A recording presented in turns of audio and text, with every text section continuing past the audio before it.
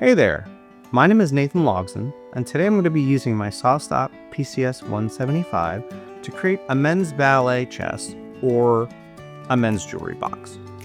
I'm going to take you through cross cuts, joining on the table saw, assembling everything, and I'll even be using my SawStop router wing and router table.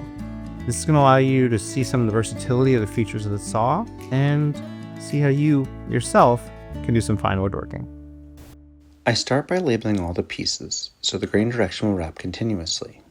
In the saw, I cut the pieces in half, then in half again according to the approximate box dimensions. The SawStop Revolution miter gauge makes short work of these cuts. Here I'm using CA glue, blue tape, and scrap wood as a table saw jointing method.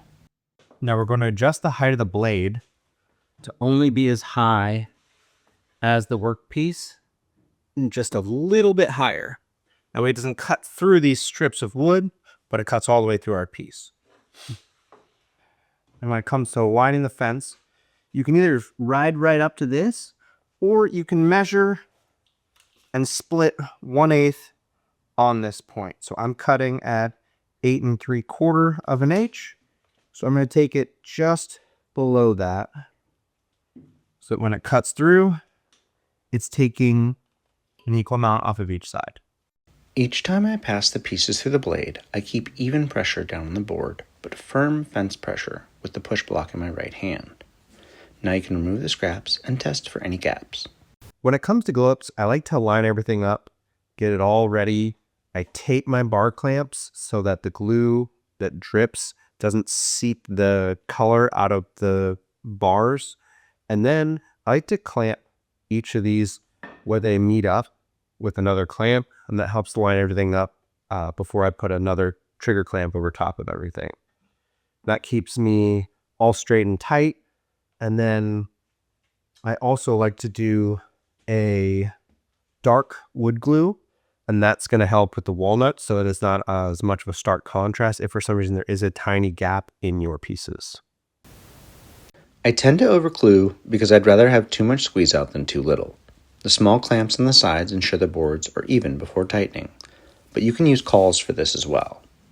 I also never crank down on my clamps, snug is good enough. Once the glue is dry, I remove all the clamps, chisel any excess from the top and bottom in preparation for the planer or drum sander, in this case, which I know this is a luxury some don't have, but it's a big time saver in achieving final thickness in my shop. If you don't have one, making many small passes with your planer should work well instead. And now that these panels are playing to their final thickness, I'm going to use this as the reference edge for the remaining cuts. I'm going to rip a straight line on this edge, and this will go up against the fence to start our miters in the corners. The back is going to have a rabbet once it's all glued up and assembled, and I'll have a panel go onto there. But the front is going to have a little accent, and it's going to have a 45-degree bevel cut into it, which will match some nightstands that I built a couple years back. I like to remind people that you can reverse your miter gauge for cuts that are just too deep for your infeed. Now the one edge is square, I cut the final depth of the box, which is 12 inches. After installing an 80-tooth blade, I check the 40-degree angle for the miters, lowering the blade height to just above the workpieces, which adds safety to cuts without a blade guard, even though I have the rive knife installed on the blade. The final cut of the front bevel will set this piece apart from other designs. Of course, a quick dry fit to make sure all the cuts went as planned. Because I'm going completely custom on this box, I wanted to make my own drawer slides out of walnut and maple to match the box and drawers. There isn't going to be very much weight on these, so CA glue will work perfectly. I use my tri-square to ensure they are 90 degrees from the front frame of the box before spraying accelerator on the CA glue. As you're setting out for your glue up, I want to give you 2 tips. One of which is if you're using a strap clamp like I am or regular clamps, lay them out and do a dry fit first. That way everything is pretty much adjusted where you need it to be. You just need to tighten everything down. And then also have a square, tri-square, any sort of carpenter square on hand, so that once you've glued it up, you can quickly check all your angles, make sure that everything is completely square before you leave it to sit and dry. I liberally apply glue to the miters so that I can ensure a solid bond in all 4 corners, and I slide my strap clamps on, checking for square with the largest tri-square I have. So now the glue is dried, I'm going to remove my clamps. I'm going to sand off the glue, getting the corners here with a chisel, and then I'm going to get started on my drawers. I always start sanding at 80 grit, even though I sometimes use 120 in my drum sander. This ensures that any high spots from the glue up get taken down quickly and evenly. Then I use a freshly sharpened chisel to follow the bevel, which cleanly removes any glue squeeze out. Finally, it's time to get started on the drawers.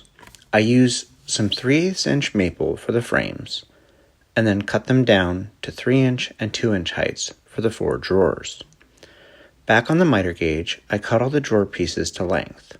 They'll be 10.5 by 12 inches when finished, so I leave an extra 3/16 of an inch on the sides, leaving material for the rabbet joinery.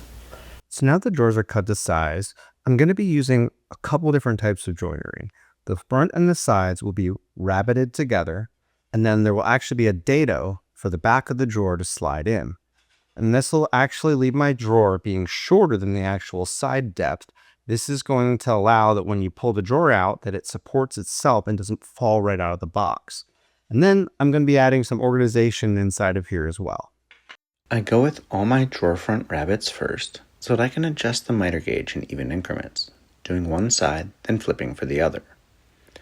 The sides go quicker because I only have to cut one edge. The backs of the drawer will slide in via a dado cut. For this, I use my dado blades because it saves a ton of time adjusting the miter gauge for these cuts. Since the drawers are pretty small, I use trigger clamps for the glue ups. This makes keeping them square a whole lot easier. Our glue up went well. All the drawers ended up being square or mostly square. So I'm going to be cutting a rabbet on the inside of all the bottoms of the drawers so I can insert a piece of plywood. It's going to be very stable and keep these square for years to come. I cut a 1/8 inch rabbet into the drawers, which isn't very large, but again, these won't be holding very much weight. Because the bearing blocks a lot of the corners, I use a chisel and a router plane to get in there to ensure a square drawer bottom will fit snugly in the frame. Back to the SawStop to rip down this 1/8 inch plywood. The grain and direction doesn't matter since I'm using velvet to line the drawers, but keep it in mind if your build does require it. The backer for the box will be 1/2 inch plywood, so I use a 1/4 inch rabbet here to glue it into. I'm cutting it down to 11.5 by 13.5 inches since the final box dimensions are 12 inches tall by 14 inches wide. Now I'm marking for the drawer slides on the boxes using a pocket rule to ensure that the spacing is even on each drawer. I went with CA glue again to hold them in place. Then I glue the backer on after I test fit all the drawers. I saved you from watching me sand, but at 220 grit, I raised the grain with water before sanding again one last time. So now the drawers are done. Everything needs a final sanding at 220. I'm going to mill these down and create drawer fronts, which will pop nicely against the sapwood here.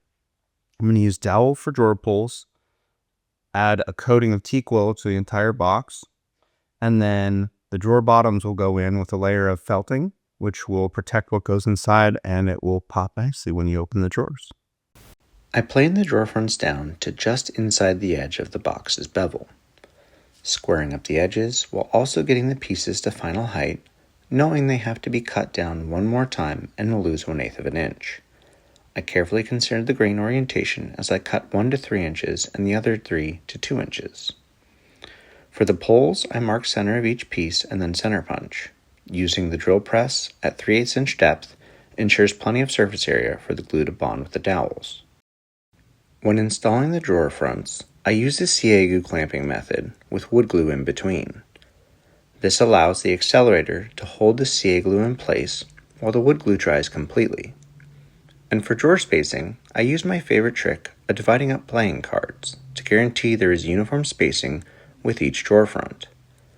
It takes a lot of the stress off your glue up, knowing the divided up cards will equal the available space between all the drawer fronts. Just be sure not to use your spouse's favorite deck from game night. As you remove the cards, give each drawer a test slide. And then, get your bench protected so you can apply your finish. I'm using a tung oil here, which I think does an incredible job bringing out the grain on walnut. It also slightly ambers, and I love how that mixes with deep browns. I use paint triangles as everything soaks in and take my time coating all the sides of the drawers, especially the ones with dividers, which have many more nooks and crannies. Paying particular attention to the end grain, it tends to soak in the oil much more and requires extra coats for more even finish. After it soaks in completely, I wipe down with blue rags until dry. Remember to lay these rags out flat to dry for a full day before throwing away, because oily rags have been known to spontaneously combust. I went with 1/2 inch rubber feet so the box stays stable and won't slide around on my dresser.